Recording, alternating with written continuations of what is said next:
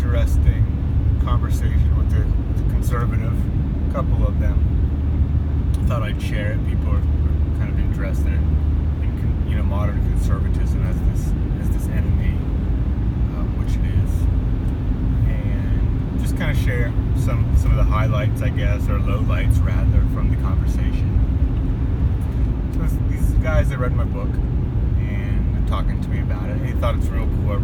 I wrote a book, and they are talking about, they really like the writing style and the prose. And one guy mentioned he liked how completely unapologetic I am about everything. And he said, so often all these people they preface everything with, I'm sorry, I'm not this or that, but here's what I don't do any of that, which is true. And I think I really learned that and internalized that from the late Jonathan Bowden, and some speeches and writings he talked about, and never apologizing, and then Western civilization bites back. So this guy, we're talking about what we believe in, and he says, he thinks a lot of the stuff in my book isn't very conservative. And I said, well, like what? What do you believe versus what I believe? He said, we talk a lot about race, and we talk a lot about the ethnicities of different journalists and people, like, you mentioned Schumer and Cole and these people who push for gun control seller, their ethnicity. And he said, why do you do that? I said, well, it's important to know who's doing what. How are we going to address a problem if we can't even talk about it properly, I said, I think there's aspects of this that are related to ethnic conflict, and that's why I'm talking about it. And what kept shining through was this commitment to individualism. It was, well, that's not all of them. And I said, well, it doesn't need to be all of them. If I have termites in my house, I should still be able to say I have termites in my house without somebody saying, well, there's termites somewhere else, so just because, that's not all termites. Yeah, no, I'm not saying it's all termites, but I'm saying what these things are in my house are definitely termites. I got a termite problem. So, you need to be able to accurately identify the issue, for one. And I said, look, I'm interested in conserving these values and traditions and the people that uphold those. I don't think that you can carry on a culture without the people. There's no evidence of that. All the genetic studies show that a tremendous amount of culture is essentially passed on through DNA, what we consider to be culture and values and stuff. These are largely biological mechanisms. I brought that up, and he said he appealed to these very nebulous ideals. He said, well, I believe in... I said, what are you exactly trying to conserve, since you're asking me all these questions? I told you, I'm obviously trying to conserve something. But what are you even trying to conserve? And he said, well, free markets and individual liberty. I said, what does that even mean? Are you trying to conserve the rights of corporations to do whatever they want, to be totally free to operate how they choose? Like, what does this even mean?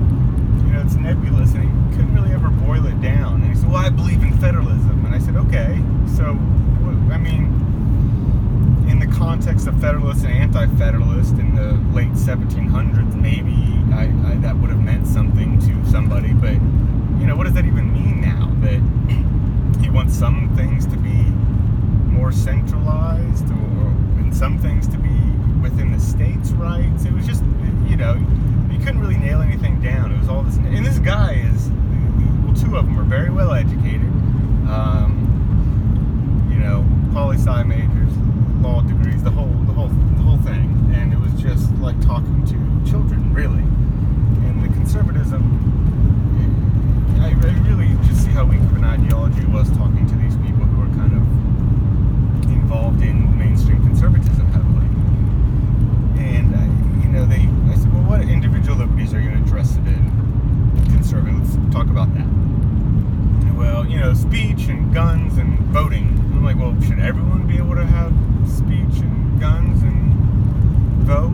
I said, what about all these states that are,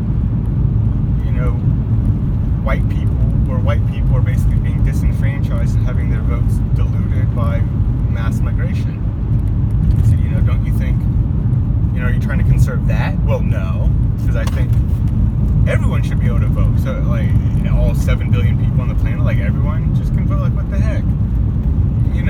This was crazy trying to talk to this person. I said, well, your gun rights and speech rights. I talked about the surveys of how, all the studies show that only white people believe in these things. And once you get a non-white majority, they will go away. And he said, well, I think it's our job to educate people. And I said, well, what about my individual right to not have to spend my whole life educating these foreign masses into why they should believe in gun rights or whatever, or, free speech or whatever, that then, what about just enjoying my homeland? Why can't I do that? Why don't you believe in my right to live with my own people? Like, are you against, these Civil Rights Act and Fair Housing Act and stuff to support individual liberty? Like, what about my right as an individual to be with my own people? Well, what about, and he says, he counters with, well, what about the right for people to shop where they want? You shouldn't be able to keep people out. Oh, so whose liberty is it you're trying to conserve? And, now we're kind of back to race. And he's getting, kind of upset, and I'm getting just annoyed at this point. And I just thought the whole thing, how, I was just amazed how kind of a lifelong conservative who really participates heavily in conservatism, in some of the institutions that these people are involved with, are very mainstream, very well funded, very well known. And they just don't have any idea of conserving anything at all. It's just, a kind of a ultimately liberal worldview of a slightly, on a slightly slower schedule, as it has been said. I found the whole thing kind of annoying, frustrating, disheartening even, but I didn't let it get me down because I know this is what these people are, ultimately. But yeah, I just thought, I might share that with people who would also find it interesting. I think the conversation ended, he asked me a couple more things about the book and my views, and so like none of that stuff you want. None of these people coming across the border or staying overseas, they don't care about your federalism. They don't care about your free speech. They don't care about your gun rights. They don't care about any of this stuff. And it's all a position that isn't going to be able to be maintained, of course. And he still preaches something about, well, classical liberal people just did, kind of going on to this. They just need to read this. Like, they're not going to read it. They don't care. It goes on some more about, the whole classical liberal shtick, and people should be free to, we talked about migration. People should be free to move where they want. I said, why? Why should somebody be free to move to a country that they have nothing to do with and get the benefits from that? How does that, affect the native population? Why should they be able to do that? And something about, well, people, I feel bad for people coming for a better life or whatever. What about all the lives that they affect when they come here? They just have no answers. They're very much like talking to any other liberal. A lot of doublethink, a lot of inconsistent positions, a lot of positions that aren't based in reality, and ultimately a frustrating, unpleasant experience at the end of the day. I'm not too fond of conservatives because I don't believe they have anything in mind that they are trying to conserve, and it's not a message that excites people. And somebody appeals to these, like I said, these vague and nebulous things, individual freedoms or federalism or whatever. Who cares?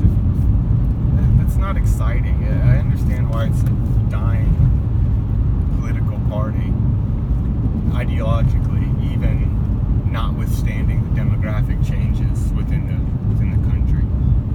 It's totally uninspiring, and